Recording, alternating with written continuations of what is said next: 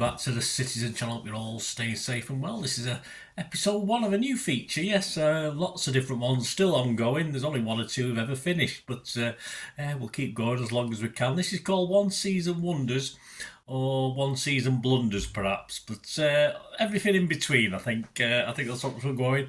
And of course today we're going to have a look at towards the wonder sort of bracket. I think this one, we can't say wonder, but he's certainly nearer the wonder than the blunder. We're going to look at Frank Lampard, of course, his 2014-15 City season, which was supposed to be half a season, then turned into a full season, of course. So we're going to have a look at that. And of course, looking at Frank Lampard, I'm recording this before an upcoming Chelsea game at the time. I'm recording this in February 2024, depending when you're watching this. So all facts are as correct as at this time. Lampard admits it was a tough decision to sign for City due to his affiliation with Chelsea. Bound to be, where he won the Champions League, the Europa League, 3 Premier League titles, 4 FA Cups, 2 League Cups, 2 Community Shields. But after his stint, Frank Lampard, when asked about his season at City, simply said, "I loved it from day one." Yeah, I think we like you as well, mate.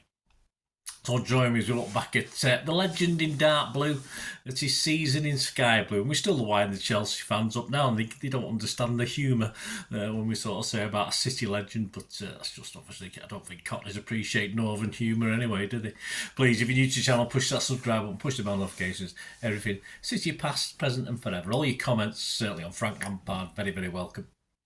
Great to have you on board. If you're a Chelsea fan, great to have you on board. A great player. You were so lucky to have him for so long.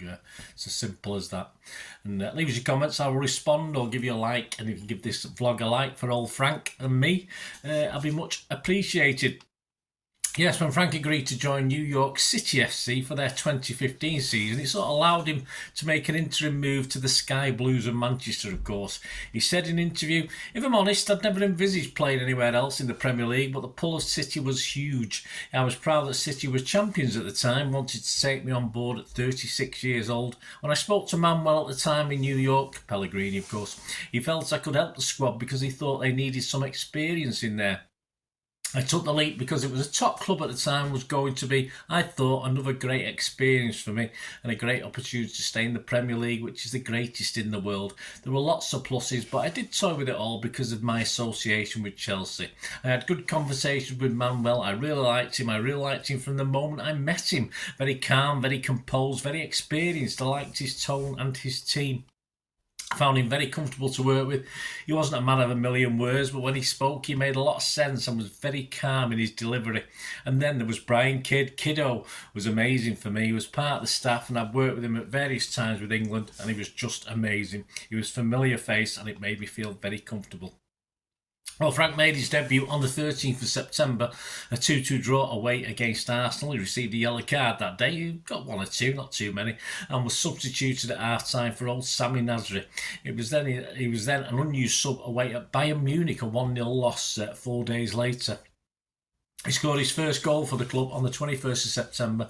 Yeah, sort of stumbling over volley. He had a couple of these in his time at City where he sort of stumbled over but managed to get the shot on target. Stumbling over volley, I call it, from inside the box against his former club, Chelsea, of course, having only been on the field for 7 minutes as a substitute. Lampard's equalising goal for a City that were then at that time reduced to 10 men after Zabra had got his marching orders. And his goal came in the 85th minute, and it ended Chelsea's perfect winning streak that season. But it was a goal which he didn't celebrate, and he described it as a very emotional day. Chelsea, in fact, was the 39th different Premier League club he had actually scored against. Ironically, both sets of fans had reason to sing the Super Frank song. Yes, they were happily singing it. And of course, when that goal went in, we were happily singing it as well. But I think it was us with the biggest smile, even though obviously they nicked a point. This goal against his old club, more than anything, I think endeared him to City fans for the rest of the season from then on. In Lampard's first League Cup, or Capital One Cup, it was called then, match 3 days later, he scored the first, a bit of a scruffy tap in at the near post as the ball trickled over the line, and the last goal from 14 yards out, placing his shot into the corner as we battered Sheffield Wednesday 7-0 at home in the 3rd round. He was fouled for a Yaya penalty as well to make it 4-0, and he also had an assist for Navas, although Navas had to do quite a lot of work to score the goal, but hey, it all counts. On the 27th of September, Lampard came on in the 71st minute against Hull City away, only to score another late goal on 87 minutes, a placed side foot after quickly finding space in the box to clinch the game 4-2 and make it 4 goals in 4 matches, his 4th goal in a week. He made his first Champions League appearance on the 30th of September in City's 1-1 draw with Roma, replacing Edin Dzeko on 57 minutes. The fans, not surprisingly, voted him the Etihad Player of the Month for September, with a third of over the 6,000 votes cast. And he was in front of a certain James Milner and David Silva. He was enjoying his further forward role with City. At Chelsea, of course, he played a bit more of a DM role for the last 3 seasons. He graced the cover of the 18th of October programme against Spurs, but came off with an injury, replaced by Fernandinho on just 28 minutes, but not before his 2 assists, one to Aguero, who then created his own space in the box for the goal, and the other he won the penalty, also for Sergio to hit home from 12 yards, which put City 2-0 up. We won the game 4-1. It turned out a hamstring injury meant he didn't feature again until a trip to the capital on the 8th of November, replacing Edin Dzeko on 68 minutes in a 2-2 draw at Queen's Park Rangers. Another goal off the bench away at St Mary's in a 3-0 win on the last day of November. He replaced Nasri on 65 minutes and scored City's second of 3 from the edge of the box in the 80th minute.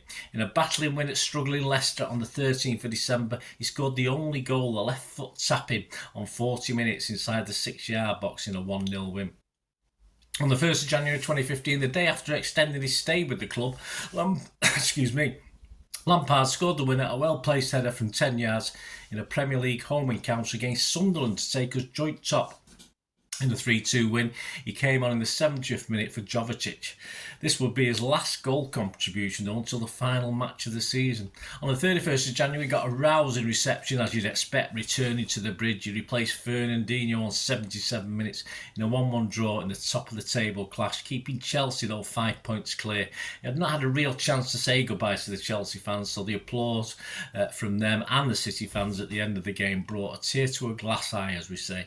Frank was an unused sub in February and very late sub in the new camp in March in our 2 defeats to Barcelona in round of 16 of the Champions League, and City now only had the league to go for, but Chelsea were ominously building a gap. Before the second Barca game on the 14th of March 2015, Lampard made his 600th Premier League appearance, becoming the second player to do so after a certain, Mr. Giggs. We will have to mention him, but Ryan Giggs coming on as a substitute for Yaya at 81 minutes during City's disappointing 1-0 defeat at Turf Moor to Burnley. As City fell behind Chelsea in the table, we even dropped to 4th place at one stage. Frank found himself a regular in the starting lineup for our last 6 games. He'd only started 7 all season before this, and we won them all to take a firm hold on runners-up spot to Chelsea. Though he didn't finish any of the games, he also enjoyed a 1-0 win at Spurs, a club, of course, that during his Chelsea years were one of the biggest London rivals. On the 24th of May, Frank again adorned the front cover of the programme, was given the captaincy in our final match of the season and the last of his spell with the club. He scored his 177th Premier League goal, a left foot high into the goal. The keeper got a touch but couldn't keep it out. This gave City the lead after 31 minutes in an eventual 2-0 win over Southampton at home, and was substituted for Jesus Navas in the 77th minute. A sizable crowd, me and my lad included, stayed to clap our heroes and see the send-off for Frank.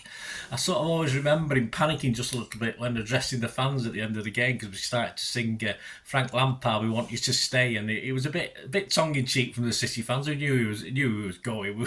Yeah, it was just quite funny at the time, but the look on Frank Lampard's face was very, very funny. I think his bags were already packed in the main road changing room to get him over to the USA, so there you go. And so it was off to the new life in the US, though it would almost be a year before his eventual debut for New York City FC.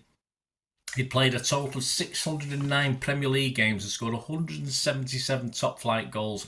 For City, he'd made 38 appearances, 25 as a substitute, and scored 7 goals. Yeah, King of the Kippax, issue 225, we've got it here.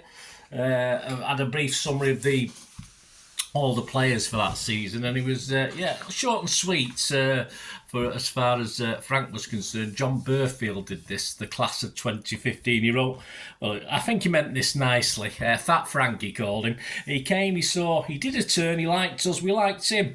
He left. In truth, the legs had gone really, but he still managed to pick up a few important goals, and all in all did himself proud, made the right noises as well. And whilst the media WANKED itself into a frenzy over a bloke who beat up a DJ in a bar, allegedly only stayed put with his hometown club after threats from the local mafia, slipped on his arse and won precisely no league titles. I'll let you decide who that was. 2015, don't forget. Super Frankie Lampard exited stage left, dignity and class well and truly intact. I think I'd agree with John there. Short and sweet, but summed it up. What a player. We wish he'd been with us, as I said. Any Chelsea fans watching, you're very lucky to have this guy. What a tremendous bloke. Not so great a manager, of course, since, but as a player, absolutely fantastic. So it would have been nice to have him at City a little bit earlier, but it was definitely a privilege to watch him in sky blue as well. I'll leave the final words to Frank. He said, "It's been a wonderful stay in Manchester. I just want to say a big thank you for all the support I've had. The City fans have been terrific. I wish them and the club all the very best for the future. This club is going places." It certainly is, Frank. "And it deserves to, and I'm just glad I got a chance to be part of it all." Yeah, I'm not just so a bit upset we didn't get a trophy for you, Frank, but runners-up spot, it's okay, wasn't it? It wasn't too bad. But I'm sure you were happy with Chelsea winning it that season. So thank you, Frank. Any memories, guys? Let us know. It'd be great to hear from you. Until we meet again and we do another one of these Wonders or Blunders. Yeah, I think he was on the, not at the Blunder stage, but certainly on the way up to that stage, wasn't he? So let us know your thoughts and memories, guys. Great to hear from you. And join me again for another one, and join me for all the other stuff I do. Thanks for watching, guys. Until we meet again, that's one thing, don't I? Please stay safe, Blues. Come on, City. Bye for now.